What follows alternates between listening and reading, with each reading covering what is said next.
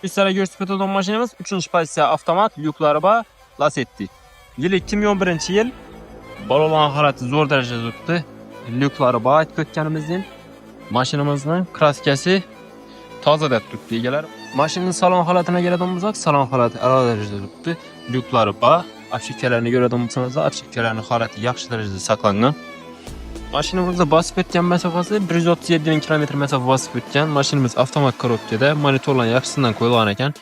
Torpedolarning holatini e'tibor etamiz. Torpedolar yorilib, chizilib, oqarib qolmagan, zo'r darajada turibdi. Mashinamizda metall ustanov ketmagan ekan. Motor holatiga keladigan bo'lsak, motor holati a'lo darajada turibdi. Egalarning aytishi bo'yicha motori sho'xacha bir marta ham kirish deymagan ekan. Motori soz darajada turibdi. Mashinamizda ходовойлari taq darajada, 5-chi kamchiliklari yo'q, zanglagan, churigan joylari yo'q. Mashinamizda holati a'lo darajada turibdi. Mashinamizda kraska degan, churigan, zanglagan joylari yo'q. Suyagi butun, umuman udar bo'lmagan hech yeridan motorni bir marta ham kirish deymagan ekan. Egalarning aytish bo'yicha Manisasiyadagi Lacetti'larni boshqa yerlarda aniq bilamiz 90-95 million aytib turibdilar.